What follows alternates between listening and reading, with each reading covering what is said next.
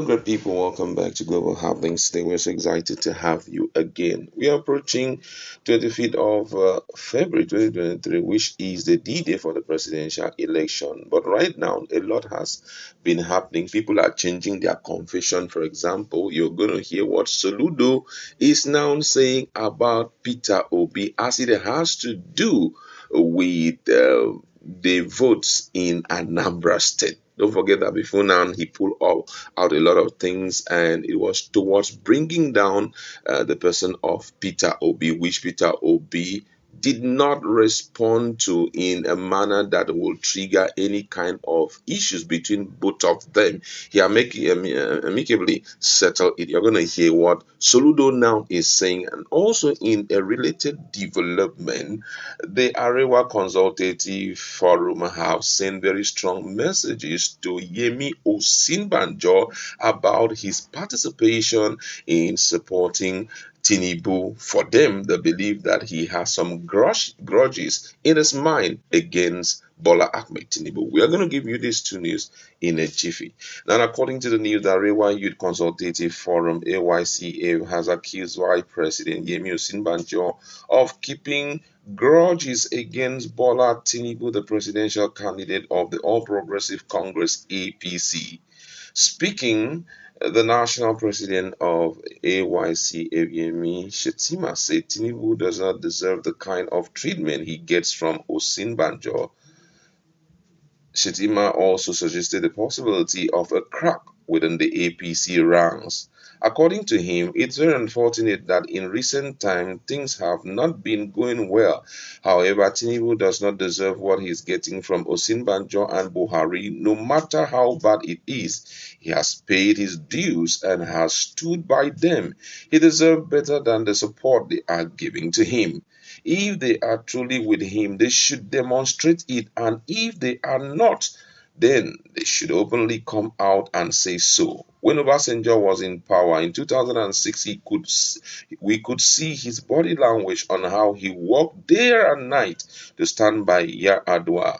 He had gone out of his way to campaign for presidential candidate. Even in the absence of the presidential candidate, Obasanjo was moving around campaigning because he was willing to ensure that his successor comes into power.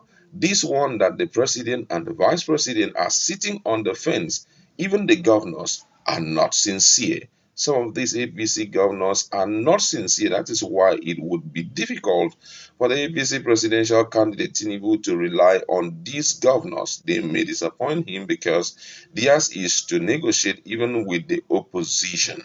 And also in a related development, Governor Chukwuma Soludo says the Labour Party's flag bearer Peter Obi may win the February 2023 presidential election in Anambra State. He, however, doubted the chances of his predecessor to win the overall election next month. According to him, he said, I wish Peter will be the best of luck. Let him go and compete as others. Soludo said on a channel's television Politics Today program on Thursday, he said, we ABGA are also competing in the same race. We have our own candidate, Peter Umaidi, who is also a son of the soil, coincidentally from Anambra State as well, and he will do his own bit, get his own vote. The governor referred to his speech in November 2022 where he said though Obi might win in Anambra but won't win the overall presidential election. In that piece, I even considered that Peter Obi might win in Anambra.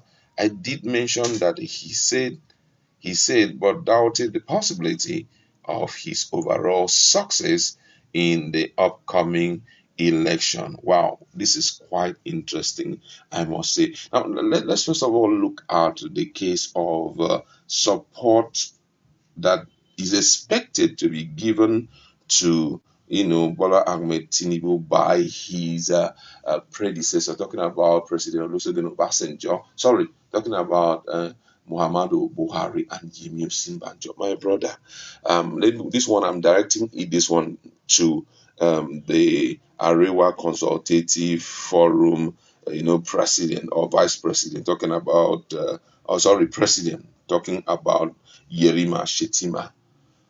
Bad products is not easy to sell. Please, you have to understand, it's not easy. I mean, imagine someone going for a campaign, and in every campaign there is a gaffe. There is a statement that reflects his cognitive impairment. How can you, with your senses, with your conscience, support such a person, support to give the entirety of the economy of 200 million Nigerians to him? Man, these guys, they have, conscience now. You come to think of it. If, okay, let's jokes apart, if you had a business today and a man who is in the health situation of Tinubu approaches you and wants to run the affairs of your company for you, would you give it to him? Talk less of Nigerians. And guess what? As I normally say, it's not a situation of saying the economy is above par, things are working very well in the country. Let's just allow him to come in and continue managing. We are looking at a situation where the economy of the country is down to nothing. I'm talking about we've lost everything. A friend will say, sitting on a cake of gunpowder. That's exactly the situation right now. Any beep, the thing will scatter everybody.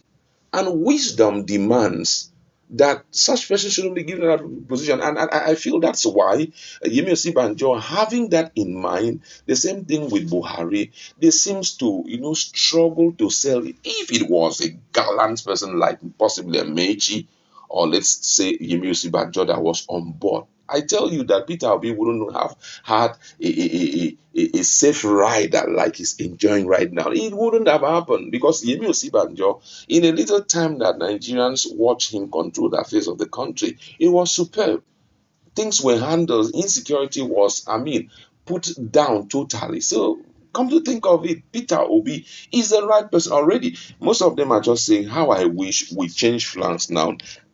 Tinubu goes to Labour Party and Peter Obi comes to APC. That one election wouldn't even have held. Just like the pastor, that Ghanaian pastor said, they would have just hailed him and sit him down in that position. But unfortunately, it's not like that. So that's why you're seeing all of that. I really understand with Yemi Osinbajo. I really understand with Buhari. It's not easy to sell bad product. I am telling you. What would you have to say about a man who talks about a meeting,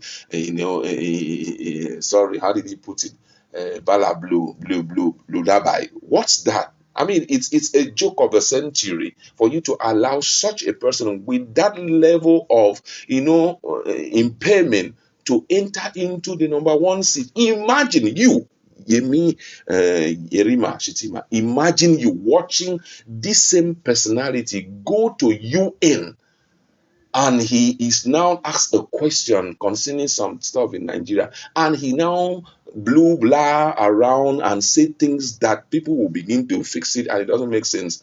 That will go a long way to bring down our own personality as the giant of Africa. So it's real.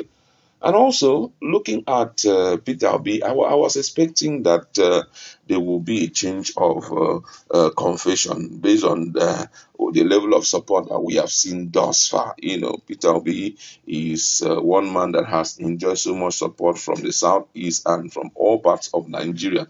So one maintaining his confession that he won't go anywhere. That person is just a joker. He just feels like enjoying himself. I knew very well that at a point, Soludo would change his confession. Look at what happened yesterday in Kaduna. The crowd, Omo, see crowd.